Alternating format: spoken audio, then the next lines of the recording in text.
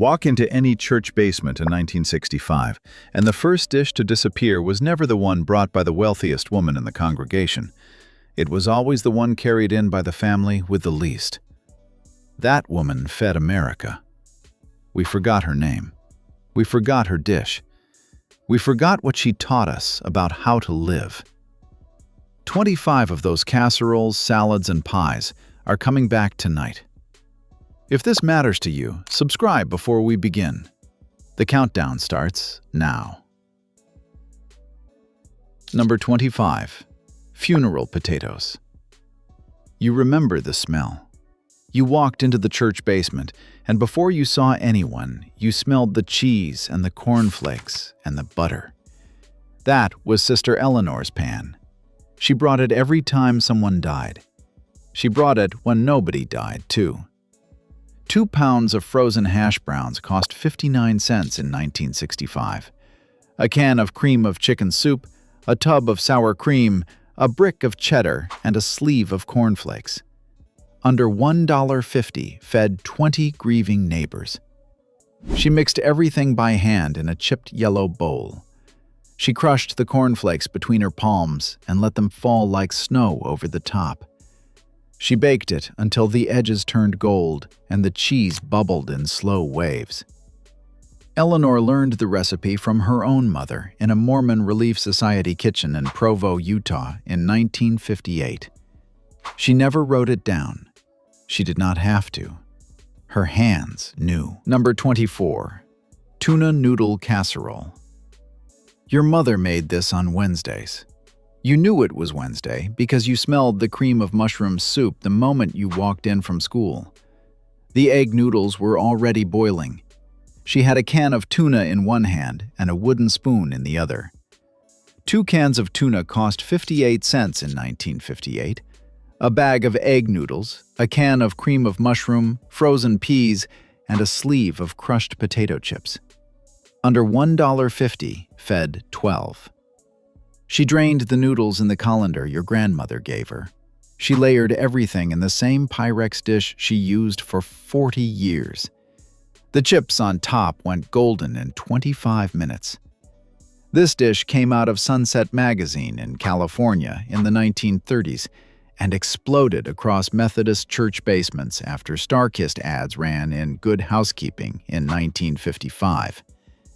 Your mother made it twice a month for 30 years. She never measured anything. Number 23. Mississippi pot roast sandwiches. The slow cooker came on at 6 a.m. Saturday morning. She plugged it in before she made the coffee.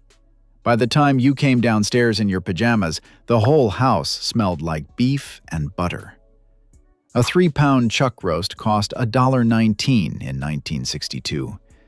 A packet of Lipton onion soup, a packet of ranch, a stick of butter, and 5 pepperoncini. Under $3 fed 16 at the church social. She did not stir it. She did not check it. She trusted it. By 2 p.m., the meat fell apart when she touched it with a fork. She shredded it back into the buttery juices and piled it on soft buns from the day-old bakery rack. Mississippi pot roast came out of a small church kitchen in Ripley, Mississippi in the 1990s, but the slow cooker tradition reaches back to 1965. 16 sandwiches from one cheap roast. That is loaves and fishes in a crock pot. Number 22. 7-layer salad. She made it on Saturday night. She covered the glass bowl with foil and put it on the bottom shelf of the refrigerator. By Sunday afternoon, it had set up like a stained glass window. You could see every layer through the side of the bowl. A head of iceberg lettuce cost 29 cents in 1965. Frozen peas, bacon, hard-boiled eggs, mayonnaise, sugar, and shredded cheddar. Under $1.50 fed 20. She layered the lettuce first, then the peas straight from frozen, then the diced onion, then the crumbled bacon and chopped eggs. She spread the sweetened mayonnaise over the top like she was icing a cake. The cheddar went last. The recipe came out of Lutheran church cookbooks in Minnesota and Wisconsin in the 1960s. The mayonnaise sealed everything in. The salad survived 3 hours of fellowship and still looked perfect at 4 p.m. Number 21. Sloppy Joe Casserole. She had 10 minutes before the church bus came. She browned the beef while she pulled biscuits out of the cardboard tube. She poured manwich straight from the can. She did not measure the cheese.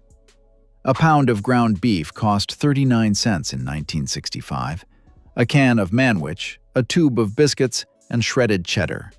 Under $1.25 fed 12. She poured the meat into the baking dish. She arranged the raw biscuits on top in 3 neat rows. She scattered cheese across the surface. 25 minutes in the oven, and the biscuits puffed gold and the sauce bubbled around the edges. Iowa and Nebraska Methodist Church Suppers picked this up after Hunt's launched manwich in 1969. She walked into Fellowship Hall at 12:15 with a pan still steaming. She set it on the table next to the Jell-O. The pan was empty before the closing prayer. Number 20. Deviled eggs. Your grandmother kept a yellow plastic deviled egg tray in the cabinet above the refrigerator. She only pulled it down for funerals, weddings, and Easter. The tray had 12 indentations. She always made 24 halves. A dozen eggs cost 59 cents in 1965. Mayonnaise, mustard, paprika, and salt. Under 70 cents fed 24 halves. She boiled the eggs hard for 10 minutes. She peeled them under cold running water at the kitchen sink. She mashed the yolks with a fork and added a splash of vinegar from the bottle she had owned since the 70s. Deviled eggs came to American church suppers through English settlers in the 1700s and appeared at every Baptist and Methodist potluck from Maine to Texas by 1955. She dusted them with paprika and covered the tray with plastic wrap. She walked them carefully to the car so the filling would not slide out. Number 19. Hamburger hot dish. In Minnesota, you do not call it casserole. You call it hot dish. There is a difference, and your grandmother would tell you so. The hot dish always had tater tots on top. Always. A pound of ground beef cost 39 cents in 1965. A bag of tater tots, a can of cream of mushroom, and frozen green beans. Under $1.50 fed 12. She browned the beef in the same skillet she had used for 30 years. She poured the soup straight from the can over the meat in the baking dish. She arranged the tater tots in tight rows like soldiers. 45 minutes at 375, and the tots crisped golden while the filling bubbled underneath. The word hot dish is so specific to the upper Midwest, it appears on Minnesota state license plates. Your Norwegian grandmother in Duluth made this every Wednesday for 40 years. She never wrote down the recipe. It was in her hands. Number 18. Chicken and rice casserole. She came home from Sunday service and assembled it before she changed out of her dress. The whole thing took 5 minutes. The oven did the rest while everyone else changed clothes and set the table. A whole chicken cost 49 cents a pound in 1958. A cup of rice, a can of cream of mushroom, and a packet of onion soup mix. Under $2 fed 8. She poured the rice into the bottom of the dish. She whisked the soup with milk and the onion packet and poured it over. She laid the chicken pieces skin side up. She covered the dish tight with foil. 90 minutes later, the foil came off. The chicken fell off the bone. The rice had turned creamy and the onion soup had infused everything. This casserole came out of Midwestern Methodist potlucks in the 1960s and spread through Betty Crocker recipe cards by 1965. The kitchen smelled like home all afternoon. Number 17. Hash brown casserole. If you walked into a Cracker Barrel in 1972 and ordered the breakfast plate, you got this dish on the side. Tennessee Baptist grandmothers reverse-engineered it within a year. A bag of frozen hash browns cost 59 cents in 1968. A can of cream of chicken, sour cream, shredded cheddar, and cornflakes. Under $1.50 fed 16. She mixed the hash browns with soup, sour cream, butter, and cheddar in the same blue bowl she used for everything. She crushed cornflakes with melted butter on top. The pan went into the oven at 350 and came out 45 minutes later with the cornflakes browned and the cheese melting through the potatoes. This casserole spread through Southern Baptist potlucks in the 1970s after Cracker Barrel opened restaurants across Tennessee in 1969. Her hash brown casserole disappeared first every single Sunday. Number 16. Watergate salad. Your aunt brought this to every family gathering in the 1970s. It was pale green like nothing else on the table. The kids asked what it was. The adults said salad, but everyone knew it was dessert. A box of pistachio pudding mix cost 29 cents in 1975.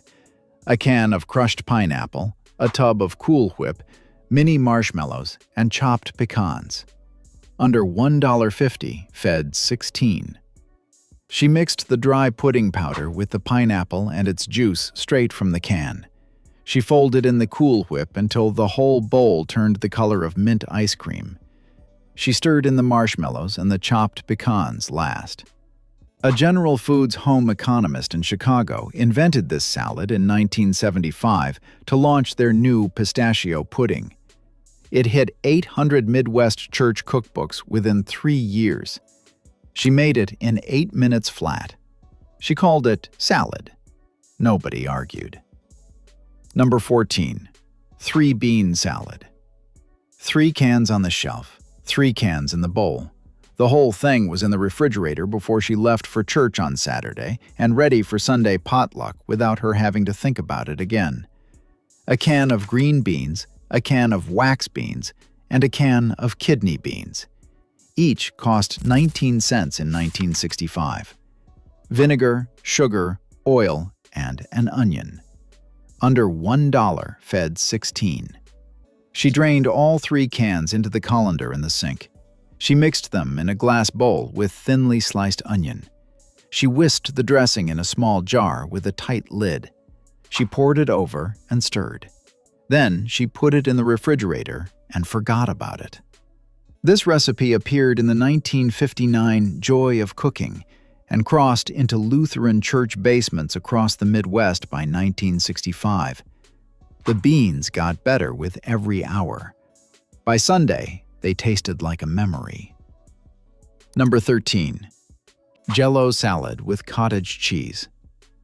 Your mother kept a copper mold shaped like a fish at the back of the cupboard. She only pulled it down for 2 reasons: a funeral or a Sunday potluck. A box of lime Jell-O cost 10 cents in 1965, a can of crushed pineapple, a cup of cottage cheese, and a tub of Cool Whip. Under $1 fed 16.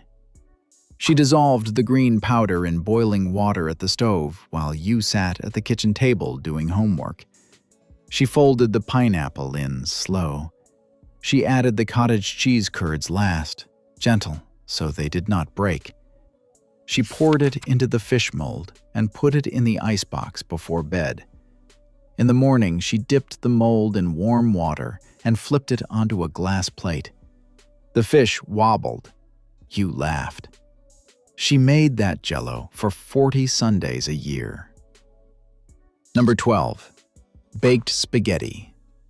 Italian Catholic grandmothers brought this to Fellowship Hall on Friday nights in the 1960s. Southern Baptist grandmothers stole the recipe by 1975 and pretended they invented it. A box of spaghetti cost 19 cents in 1965, a pound of ground beef, a jar of ragu, mozzarella, and Parmesan. Under $1.50 fed 16. She boiled the spaghetti soft. She browned the beef and stirred in the ragu. She layered pasta, sauce, and mozzarella in the 9 by 13 pan. Then she did it again. Then a third time. She topped the whole thing with Parmesan from the green can. 30 minutes at 375. The cheese melted and bubbled. Number 11. Cheesy broccoli rice casserole. Texas Baptist grandmothers made this every Sunday from October through March. The Velveeta was the secret. Anyone who used real cheese was missing the point. A bag of frozen broccoli cost 29 cents in 1968. A cup of rice, a can of cream of mushroom, and a brick of Velveeta. Under $1.25 fed 12. She cooked the rice in chicken broth from a bouillon cube. She thawed the broccoli in a colander in the sink. She cubed the Velveeta into 1-inch squares with a butter knife. She mixed everything together and baked it until the cheese melted through the rice and the top bubbled. This casserole came out of Houston Baptist church basements in the 1970s and spread across the Bible Belt by 1985. The kitchen smelled like a Sunday school basement on a December morning. Why are we ashamed of Velveeta? Who decided real cheese was better than what your grandmother used? Number 10. Crock-pot meatballs in grape jelly. 3 ingredients: a slow cooker, 3 hours on low. The first dish to empty at every fellowship dinner from 1972 through 1985. A pound of frozen meatballs cost $1.19 in 1972. A jar of Welch's grape jelly, a bottle of Heinz chili sauce. Under $3 fed 20. She dumped everything in the crock pot at 9 a.m. She stirred it once at noon. By 1 p.m., the sauce had turned dark, glossy, and thick. The meatballs had soaked up the sweet and tangy glaze. She carried the crock pot still warm into fellowship hall and plugged it in next to the coffee maker. She set out a stack of toothpicks. Grape jelly meatballs came out of Midwestern Jewish-American sweet and sour traditions and spread through Lutheran and Methodist potlucks across Minnesota and Iowa by 1972. The crock pot was empty by 1:30. Every single time. Number 9. Chicken spaghetti. Texas Baptists invented this. Oklahoma Baptists improved it. Louisiana Baptists added Velveeta.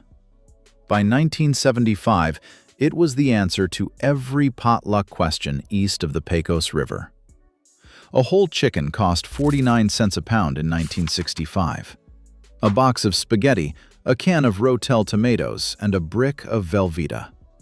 Under $3 fed 16. She poached the whole chicken in salted water with an onion. She pulled the meat off the bones with her fingers. She boiled the spaghetti in the chicken broth. She mixed everything in a roasting pan with the Rotel and cubed Velveeta. She baked it until the cheese melted into orange ribbons throughout the pasta. Chicken spaghetti came out of East Texas Baptist suppers in the 1950s and spread through Oklahoma, Arkansas, and Louisiana congregations by 1968. She walked it into fellowship hall, and the deacons made a beeline for it. 16 plates from one chicken. That was the gift. Number 8. Banana pudding. Your black grandmother in Birmingham made it in a clear glass bowl so everyone could see the layers. The vanilla wafers always softened into cake by the second day. The bananas at the bottom turned brown, but nobody cared. A box of vanilla wafers cost 29 cents in 1965. A box of vanilla pudding, a can of Eagle brand condensed milk, 4 bananas, and Cool Whip. Under $1.50, fed 20. She whisked the pudding cold. She stirred in the condensed milk. She layered wafers, sliced bananas, and pudding 3 times. She topped it with Cool Whip and crushed wafers. She put it in the icebox at 7 a.m. By the time the family arrived for Sunday dinner at 2 p.m., The pudding had set into something halfway between cake and custard. Banana pudding came out of Southern black church suppers in Mississippi, Alabama, and Georgia in the early 1900s. This was the dessert that defined Sunday for 40 years of grandchildren. Number 7. Sausage cream cheese crescent squares. Sunday school breakfast at 8:45 a.m. The pan came out of the oven at 8:30. The teacher walked it down the hallway, still warm. By 9:15, the only thing left on the foil was crumbs and grease spots. A pound of breakfast sausage cost 79 cents in 1972. 2 cans of crescent dough and a brick of cream cheese. Under $2, fed 16. She browned the sausage in a skillet at 7 a.m. while the coffee brewed. She drained the fat into an empty soup can. She mixed the sausage with softened cream cheese until it turned into a creamy spread. She unrolled crescent dough into the pan as a bottom crust, spread the filling, and laid another sheet of dough on top. Fried chicken. You cut the chicken yourself. 8 pieces, sometimes 10 if you knew what you were doing with the back. You salted it overnight. The next afternoon, you dragged each piece through seasoned flour, salt, pepper, a little paprika if you had it, and laid it into a cast-iron skillet where the lard was hot enough to shimmer. The sound it made going in was immediate and violent and correct. A whole chicken cost 35 cents in 1948. Lard was nearly free. The flour cost pennies. The whole skillet fed a family of 5 for under 50 cents. Macaroni and cheese. Not the box. Never the box. Before the box, there was a baking dish. You cooked the macaroni and drained it and layered it in a buttered dish with slices of sharp cheddar. Real cheddar, sharp enough to smell. And poured a custard of egg and milk over the top. Into the oven it went until the top bubbled and went brown at the edges, and the custard set firm, and the whole thing could be cut into squares that held their shape on the plate. It smelled like butter and sharp cheese, and something baked past the point of softness into something better. Elbow macaroni cost 9 cents a pound in 1950. A block of cheddar cost 15 cents. Eggs were cheap. The whole dish fed 6 people for under 40 cents and left the pan something worth scraping. Children scraped the pan. That was understood. Navy bean soup. You picked through the beans the night before, looking for pebbles. That was real. You had to look for pebbles in dried beans in 1944. You soaked them overnight, drained them, covered them in water with an onion and whatever pork scrap you had. Then you let them go all day. Navy beans were a nickel a pound.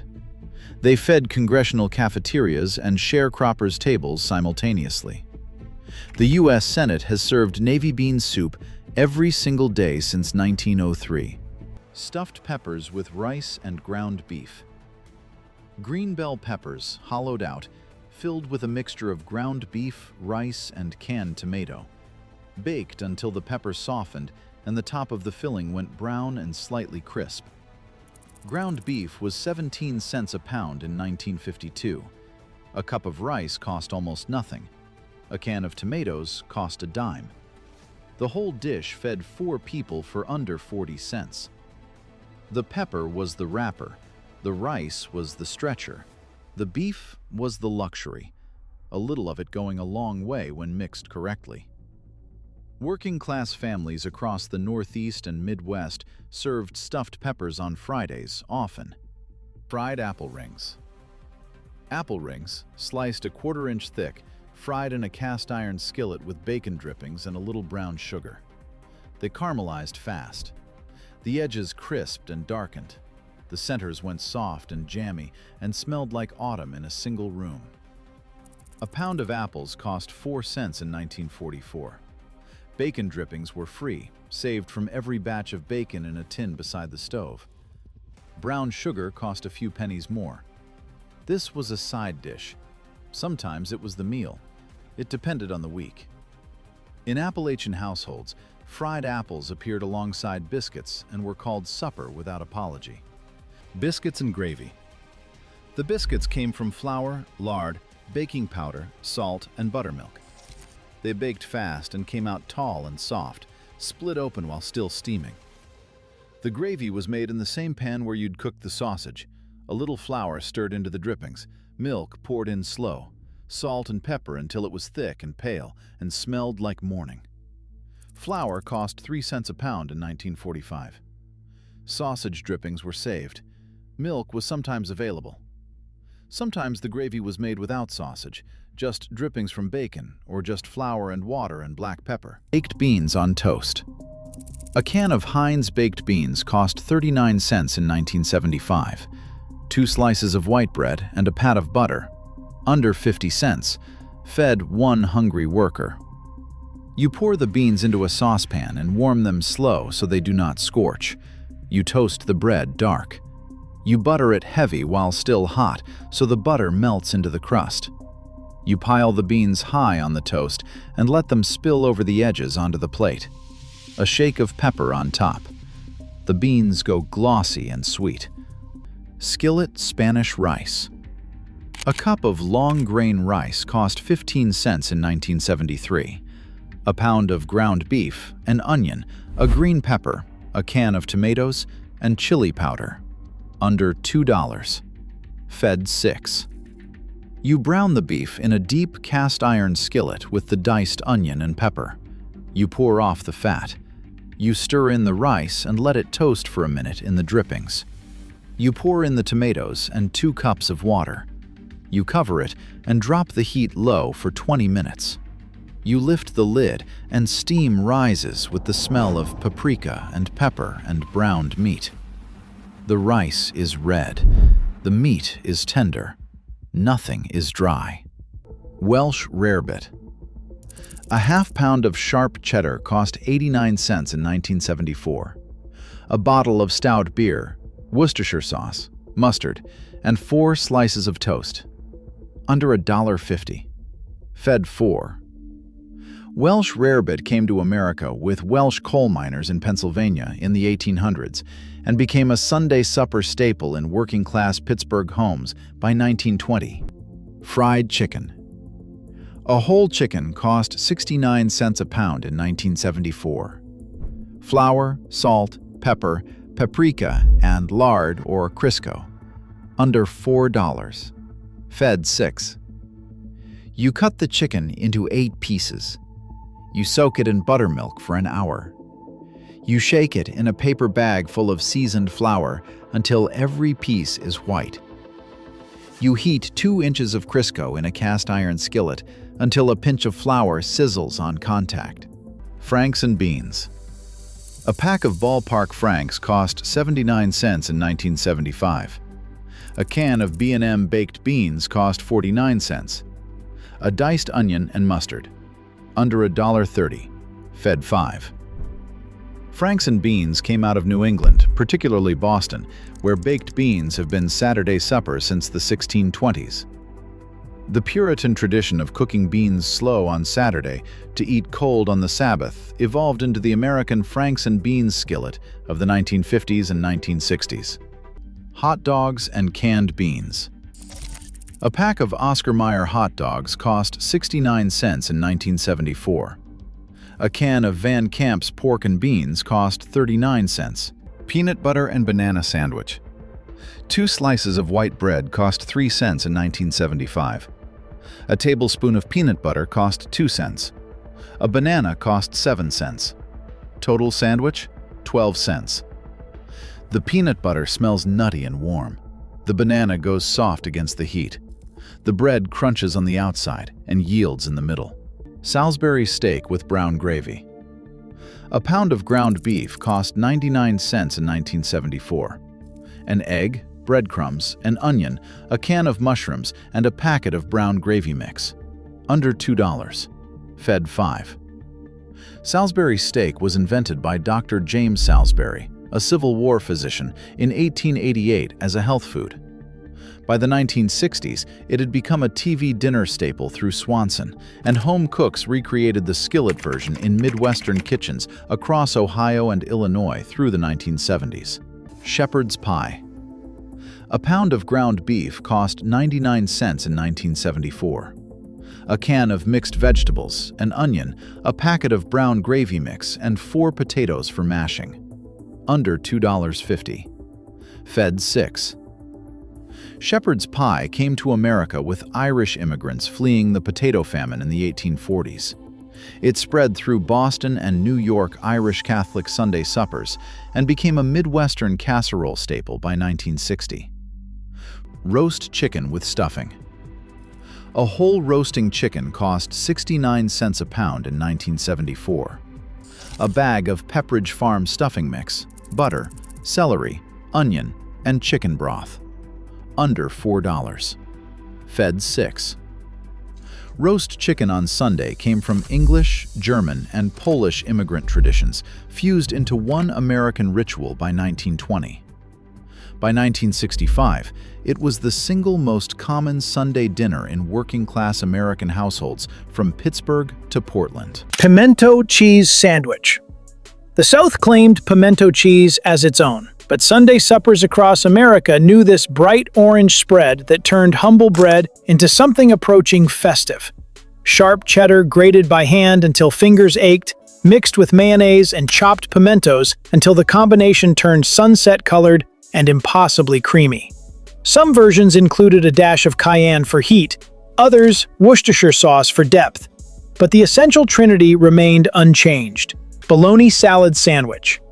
When even bologna felt too expensive to serve in slices, it got ground into salad. Another transformation that stretched meat further while maintaining the appearance of plenty.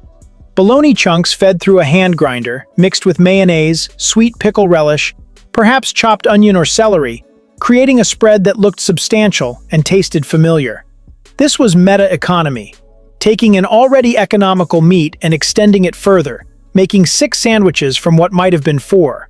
Children often couldn't distinguish bologna salad from ham salad except by color and vague taste. That was partly the point.